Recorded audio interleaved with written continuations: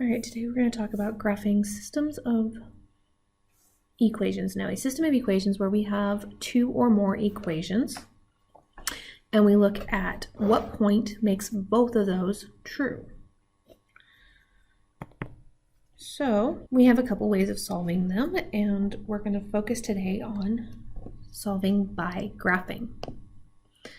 So we're going to make sure the equation is in slope-intercept form. Then we're going to graph each equation on the coordinate grid, and we're going to graph as many points as possible just to make sure we know where they're intersecting at. The point where the two lines cross, or our lines cross, is the solution. Okay, and we're going to circle that so that way we can pick that point out, and we write the answer as an ordered pair. So let's look at this first one here. So we're going to start by working the top equation.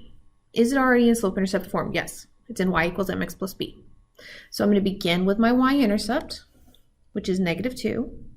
So on my graph, I go down to -2, and I put a dot. Okay, then I'm going to use my slope to find the next point, which is a rise of 3. So I'm going to go 1, 2, 3, and a run of 1. And I'm going to do this several more times. All right, so now I'm also going to graph the second equation here. Now, my y-intercept on this one is 2. Put a dot at 2. Now I have a slope of -1. Remember, anytime there's not a number in front of x.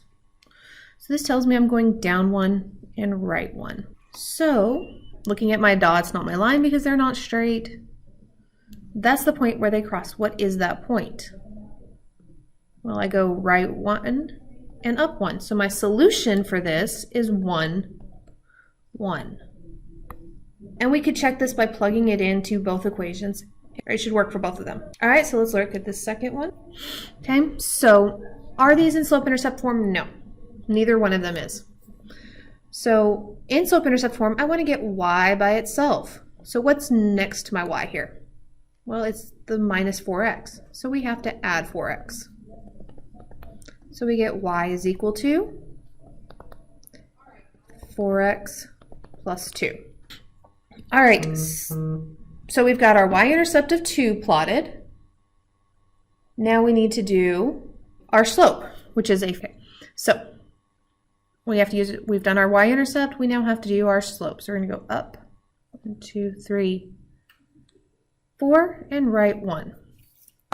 And then we go 1, 2, 3, 4.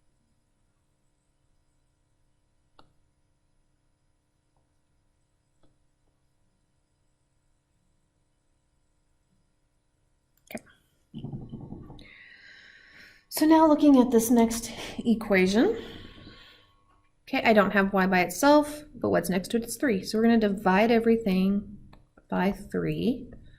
So y is equal, 6 divided by 3 is 2, x minus 2. So now, okay, we're going to put our y-intercept at -2. And we have a slope of 2, so we go up 2, right 1.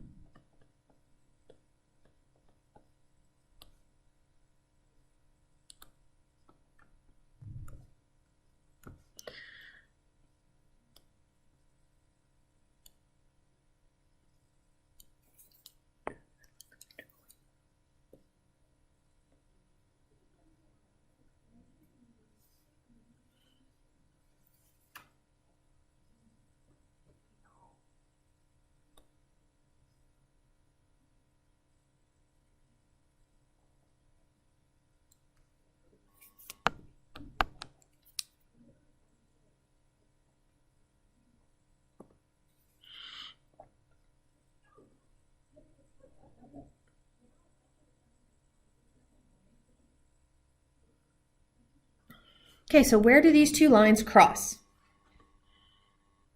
Well, they cross here. Okay, what is that point? Well, I go left 2, so it's a -2, and I go down 6. So -6 is my solution.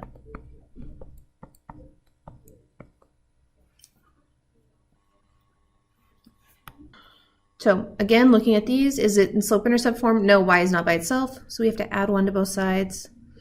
So we get y is equal to 2x plus 1.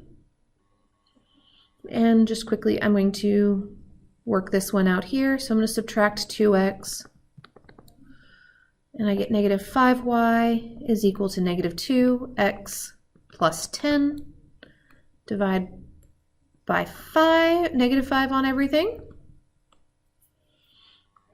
And we get y is equal to, negative divided by negative is a positive 2/5 x minus 2. All right, so graphing the top one first, my y-intercept is 1. And then I've got a slope of 2, so up 2, right 1. And again, I do it points all the way to the edge so I can make sure I know where these cross.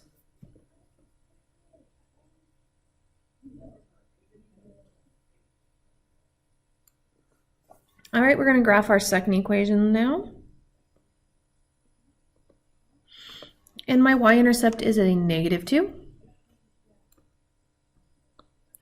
And then my slope is 2 over 5. So I'm going to go up 2 and right 5.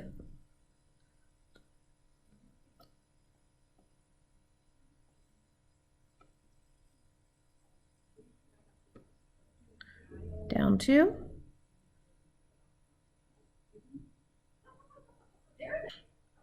Oops, I went all the way down.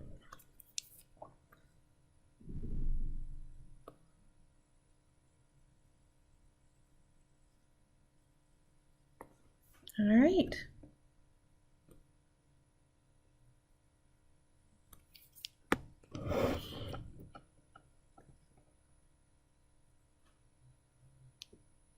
So it appears these two cross here at negative 2, negative 3. So we're going to say our solution is negative 2, negative 3.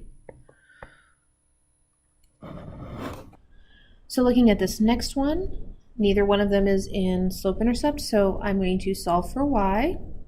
So subtracting x from both sides, get y is equal to a negative x plus 3. So I'm going to begin at 3, and I've got a slope of a negative 1, so that means down 1 and right 1.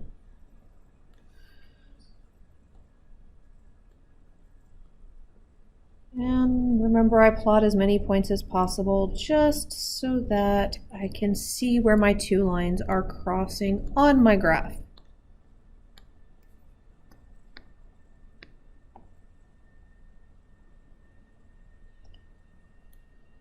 Okay, I'm going to do the same thing with the second one.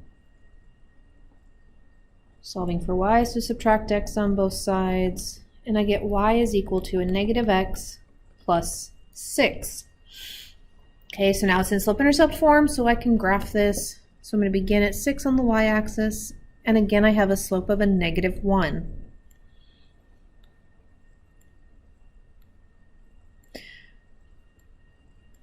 And again, I plot as many points as possible. Now, looking at these two lines on the graph, are they ever going to cross? No. Why not? Well, they're parallel, right? Remember, parallel lines will never cross. And we know they're parallel because they have the same slope. So this is what we call a no solution.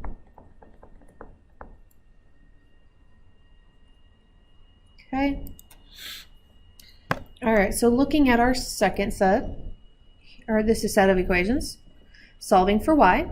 So I mean I have to move the x first, so it's a negative 4, so I'm going to add 4.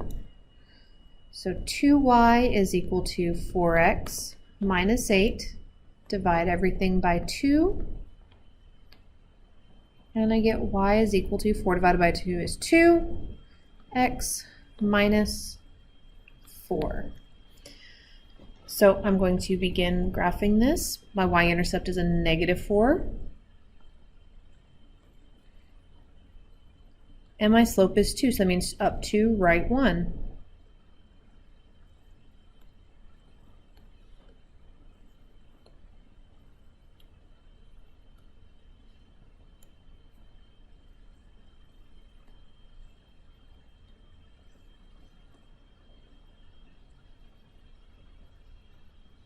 Okay, I'm going to graph that line.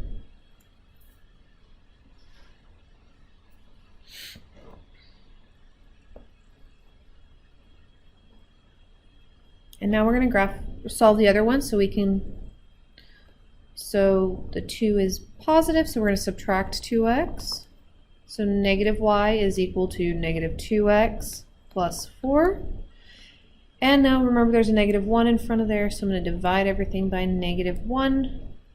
Get y is equal to negative divided by negative is a positive 2x, positive, and then positive 4 divided by negative 1 is a negative 4. Okay, I'm going to graph this one. Well, my y-intercept is a negative 4, and my slope is 2. So notice what's happening here. My points are landing on top of my previous one. And that's because these are the exact same equation.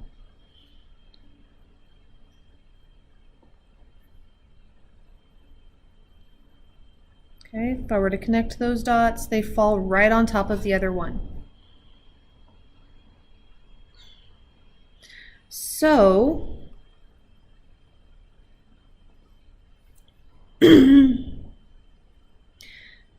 this line has infinite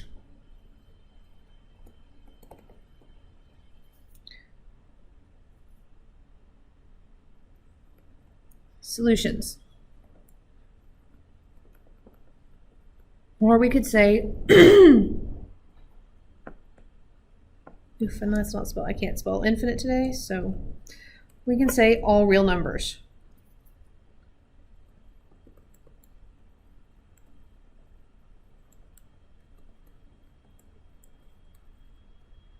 Okay.